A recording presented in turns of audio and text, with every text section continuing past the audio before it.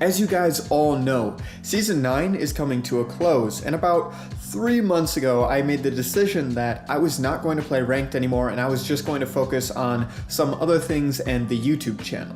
Because of this, I let my account decay out of Challenger into Diamond 1.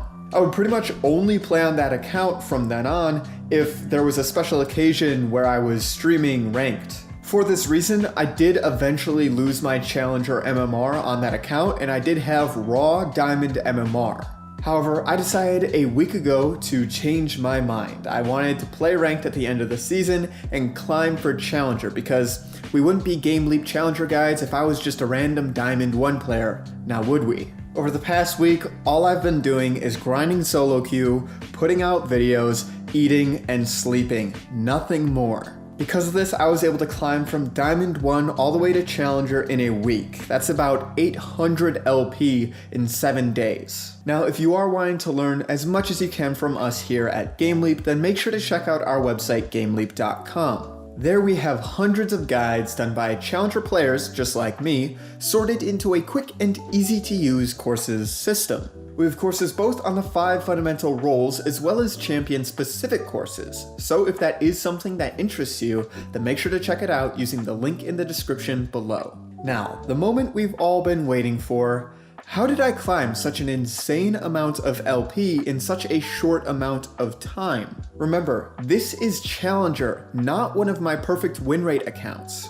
Even so, over the span of the last 100 games played on the account, I maintained between a 65 and 70% win rate. I was able to do this because I decided that I was only going to play a handful of champions, those being Renekton, Jax, Garen, Karma, and Kassadin. My game plan was to pick Renekton whenever I could in every single game that they didn't ban him, and if they banned him, then I would pick something else that looked like it was going to be good for the game.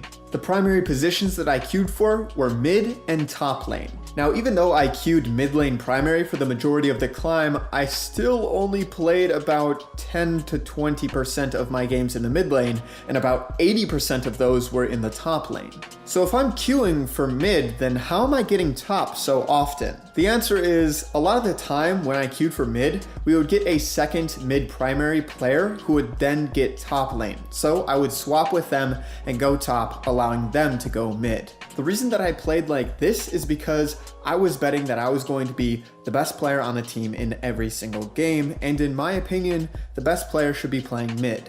If I don't get a second mid primary player on my team, then that's great for me. It means that I can play mid lane and everyone else is going to be on their roles, they're going to be comfortable, it's going to give me a really good chance of carrying, and nobody on my team is going to solo lose the game. If I had an auto-filled ADC player or jungle player, I just dodged. You can't win in high elo if your ADC is filled, and you can't win if your jungle is filled. It's just not possible. In the cases where I did get another mid primary player on my team, I would swap with them because it is not worth forcing that player to off-roll when I can also play top lane just as well as I can play mid lane.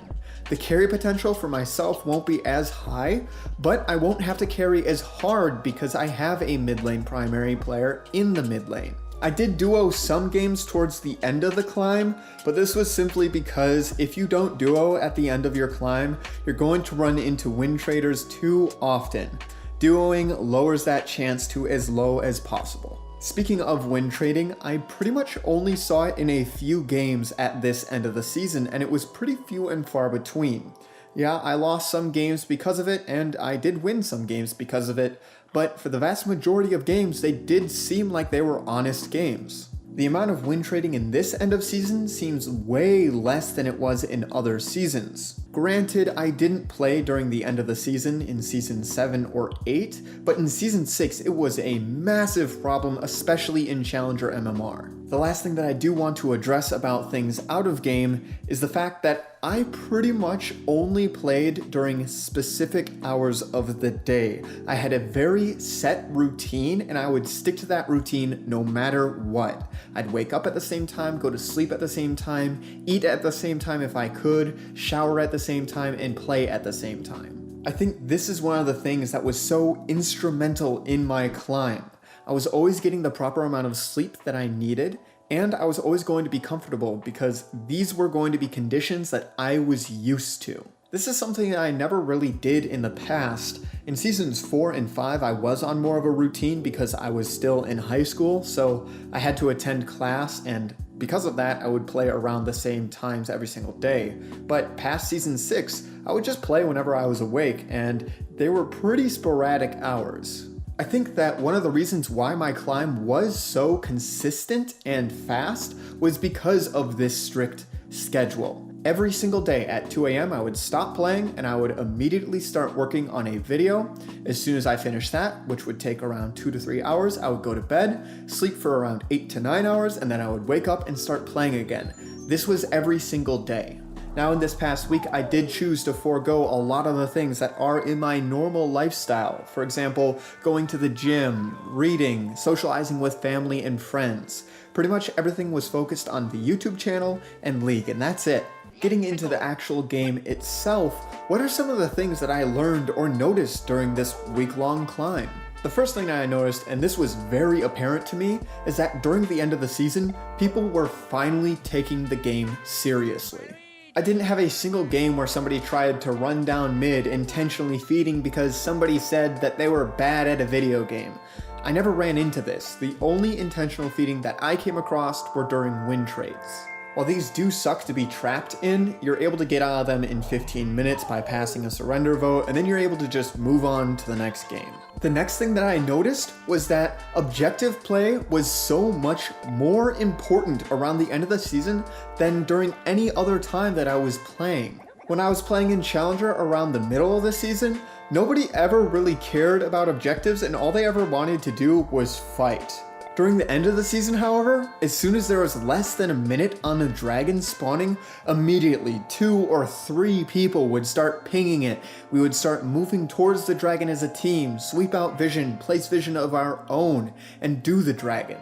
And this was in the vast majority, I'd say around 80% of my games. I think I had more pings on Dragon and Baron during this end of the season than during any of the other games that I played during the whole season.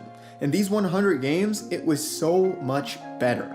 Just in general, the team play was a lot better on both sides. Now, there were the occasional games where you would still get one person just off trying to do their own thing, but you could just surrender those games really quickly, move on. Those players will not climb, especially during the end of the season. I also had a lot less people who were just going on an ego trip during the entirety of the game. There's so much less typing, less people telling each other that they're better than each other. All of this stuff wasn't really an issue that I ran into during the end of the season. Yeah, there were some people who couldn't get it through their thick skulls that this isn't what you should be doing at the end of the season, but it was very few and far between, only a few players that I had a problem with. One of the biggest things that I noticed, at least in the laning phase, was that teleport plays were happening so frequently. And I don't know if this was because I was initiating teleport plays, so people were responding with teleports of their own, but I have never seen so many teleport plays in such a few amount of games. In my opinion, this makes the game so exhilarating. You don't know how many people are going to show up to a fight when it starts, so it could go either way. The ball is up in the air until all of the teleports are exhausted and the fight is over. This is something that is so fun to me, and maybe that's just me, but I really love that. Split pushing was something that I pretty much never saw happen. It was always teleport plays and TP flanks, grouping, stuff like that. A lot of team play and not much solo play in the side lane. People would pick up farm in the side lanes, but that's about it. Now this one again might be a product of my own play. You see, I was never really losing any 1v1s in the side lane, which means split pushing isn't really going to be an option for a lot of champions if that is the case. I wasn't opting to split push myself in the vast majority of games because I wanted to team fight. I knew that I was better off playing against 5 full champions, taking control of a team fight, maybe killing 3 of them, than just sitting in a 1v1 and letting my team 4v4. Now, there was one game where I did split push on Jax and end the game via split pushing on him, but that's only one game out of 100 that I can recall. Finally, we're going to talk about the thing that's the least relevant to this climb, which is the champion selects and how players behaved out of the game. Since I had quit the game for about 3 months, there were not any Renekton mains in high elo, meaning when I started my climb, there were absolutely no Renekton bans. It just wasn't being used as a ban. Around 4 to 5 days into the climb, I started noticing the Renekton bans getting a little bit out of control. If I had been playing for 3 or 4 hours straight, Renekton was sure to be banned in multiple different lobbies for the next few hours. Now this really wasn't a problem for me because I can just play Jax or Garen or whatever. These champions are stronger than Renekton, and on top of that, they're really easy to play, so it's not really an issue for me. It's just a little bit weird to see people target banning me when I haven't been playing the game at all. It seems like they could be used in a better way. Also, the amount of people that added me after a game asking me to duo or saying hello or saying that they really enjoy our content on YouTube or any number of things was more than I've ever had in the span of a week. This is really awesome to see that the Diamond 1, Master, Grandmaster, Challenger community is really coming together and they're being a little bit less toxic, being a little bit more humane to each other, something that I'm actually very proud to see. Now, it might have only happened because I had like 70 to 80% win rate for the majority of this climb, and I only dropped that in the last like 200 LP, but I'd like to think that that's not the case. Now, because I did have so many people add me after games, I did have so many different cases where Renekton was banned, the lobby looked doomed, we had double autofill bot lane, so I could just ask one of the players that had already added me to dodge for me, and I would dodge the next time for them. This is one of the reasons why it is so important for you to be held in high regard as a high elo player. When people like you, they are so much more likely to do something for you. This could be waiting to queue until you're in champion select. It could be dodging for you, giving you your main role, anything really. This is one of the reasons why I was so successful in my climb. For whatever reason, people decided that they liked me during this climb, and as a result, I never had to deal with any target inting. I didn't have to deal with people not giving me my role. I didn't have to deal with people refusing to dodge lobbies that were unwinnable. This did happen in a few games, but it was probably less than 5 games in total. If I did get one of those players who just hates everybody and is just wanting to be difficult in champion select, then I oftentimes had to dodge myself or a friend in the lobby that could dodge for me, and I didn't have to put up with it. I understand that this is something that is not relevant to pretty much anybody else unless you are in Master or Grandmaster Elo, but it is something that did contribute to my climb, so I did want to mention it. I still think that you should be a nice person, you should be a decent human being to everyone else in your lobby, no matter who you are, even if you are in lower elos and you're never going to see any of these players again.